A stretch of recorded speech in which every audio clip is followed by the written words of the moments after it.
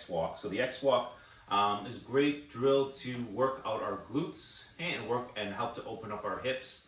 And how I'm going to get into the position is I'm just going to take my band, I'm going to turn it around so it makes a nice little X here. Okay, so what I want it to do, or what I want it to look like, is that I want it to look like an X, but I also want this little triangle at the top to look and be the same size as the triangle on the bottom.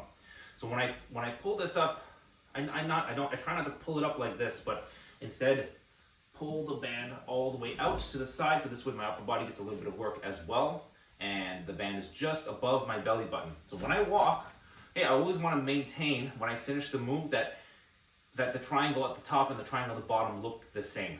Okay, so when I step to my right, okay, I'm just going to bring my foot in just a little bit. So this way, the top of my triangle, the bottom of my triangle look similar.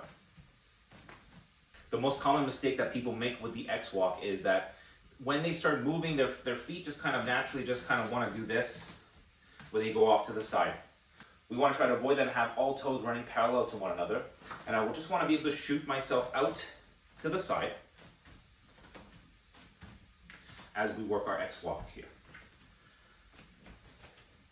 The second most common mistake that people make when they work the X walk is they take that nice big step out to the side, but then the follow through foot comes in a little too close. And then when they try to make that second step, it's not as wide, and then they bring in their foot even closer.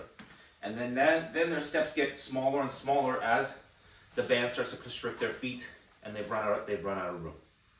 So make sure when you guys are walking that you're taking a big step out to your one side, and the other step is just a little bit of a follow through step. So I always cue big step, small step, big step, small step, big step, small step, big step, small step. Okay, another mistake that people tend to make with the X walk is they shift their body too much, almost like they're working a little bit of a dance. So sometimes it looks a little bit like this.